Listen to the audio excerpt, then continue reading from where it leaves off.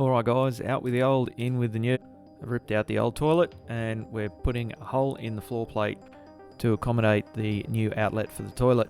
To save you listening to me waffle on, I'm using a 4-inch hole saw through the floor plate. It protrudes into the bathroom a little bit by about ½ an inch. We're just going to make sure the cement fibre board goes around that protrusion as we install it. This setup from Fine Fixtures works a treat, and the guide is nice and easy.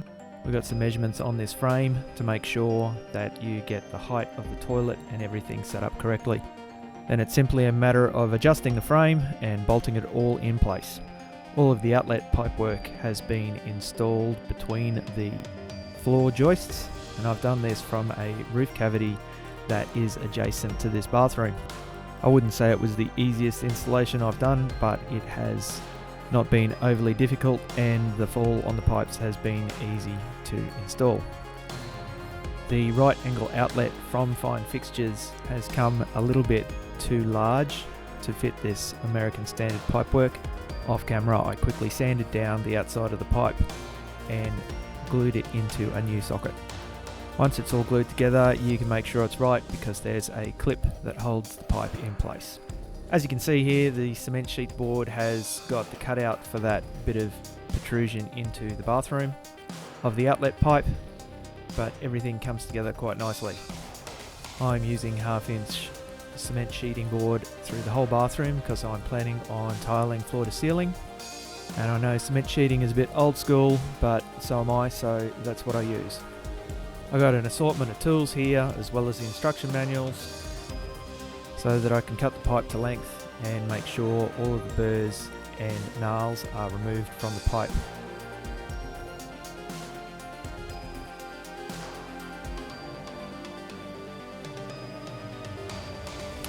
I can't stress this enough: when you are cutting the pipe that goes from the toilet into the wall, double, triple, quadruple check your measurements, because these things are impossible to replace if you cut them too short.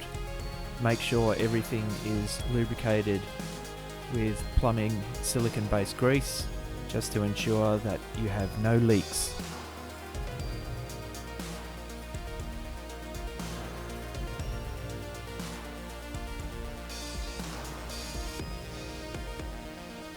I have chosen to use my own hardware to fit the toilet bowl to the wall.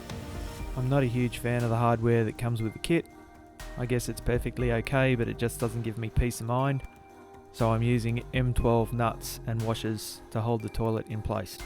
This does make everything a lot more difficult, as the access to where the nuts have to go is very small, but it gives me a little extra peace of mind that the toilet's not going to fall off the wall. And it's simply a matter of fitting the toilet seat lid, fixing the faceplate to the toilet flush button, and giving it a test run. There is a link on screen if you'd like to find out where to get this toilet set up from, and if you can't find the one on screen, there will be one in the description below. If you have any questions, please fire away in the comments. I'm only a small channel and I usually get back to people within about an hour of them posting the question. I hope this helps you install or make up your mind about installing one of these in-wall cistern toilets. They are a huge space saver, and I feel like they're actually easier to maintain than the old porcelain cisterns.